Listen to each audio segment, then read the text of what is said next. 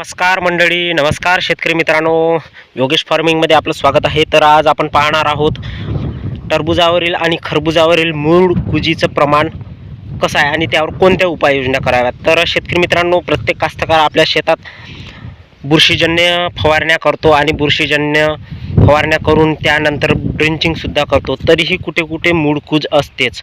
आणि हे मूळकूज नष्ट करण्यासाठी आपल्याला एकच काम करावं लागेल, ते म्हणजे कोणतं. तर सगळ्यात पहिल्यांदा तुम्हाला जर तुमच्या शेतामध्ये मूळकूज दिसत असेल तर मी तुम्हाला दाखवतो मूळकूज कशी असते. तर हे तुम्ही एक झाड बघितलं आहे, यामध्ये मूळकूज लागलेली आहे आणि हे तुटलंसुद्धा आहे. याची जे खालची जे दांडी आहे वाळलेली असते, म्हणजे सोकल्यासारखी होते आणि तिथून हे झाड कट होते.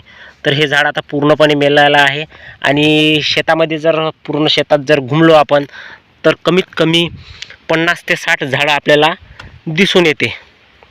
एकरी 50-60 झाडं जर तुम्हाला एका दिवसात दिसत असेल किंवा 10-15 असे जर झाडं दिसत असेल तर तुम्हाला लवकरात लवकर उपाययोजना कराव्या लागणार आहेत. कारण तुमचं जर झाड अशा प्रकारे झालं असेल, वेल लांबत असेल, तर तुम्ही यामध्ये खाळण्यासुद्धा भरू शकत नाही. कारण खाळण्या येईल कधी आणि त्याला फळ लागेल कधी, याचा अनुभव तुम्हाला माहीतच आहे.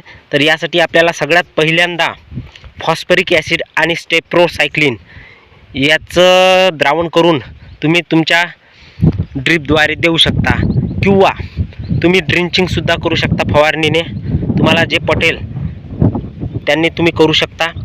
पण शेतकरी मित्रांनो, हे सगळ्यात लवकर म्हणजे लवकरात लवकर करणे आवश्यक आहे.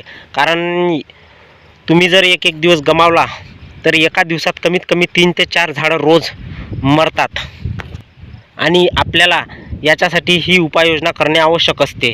त्याचबरोबर मी तुम्हाला सांगतो, ज्यावेळेस तुम्ही फॉस्फरिक ॲसिड आणि स्टेप्रोसायक्लिन सोडाल त्यावेळेस कृपया करून विद्राव्य खताचा वापर करू नका. त्यामध्ये कोणतेही टॉनिक घेऊ नका, कारण त्यामध्ये कोणतेही टॉनिक किंवा विद्राव्य खत सोडले तर त्याचा उपयोग काही होणार नाही, त्याचा आपल्याला तोटाच होईल, कारण ते लागणार नाही.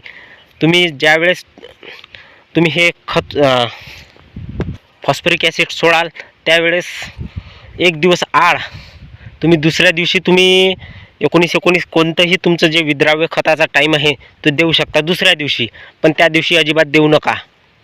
तर हा व्हिडिओ कसा वाटला कमेंटमध्ये सांगा आणि लाईक करायला विसरू नका. धन्यवाद शेतकरी मित्रांनो.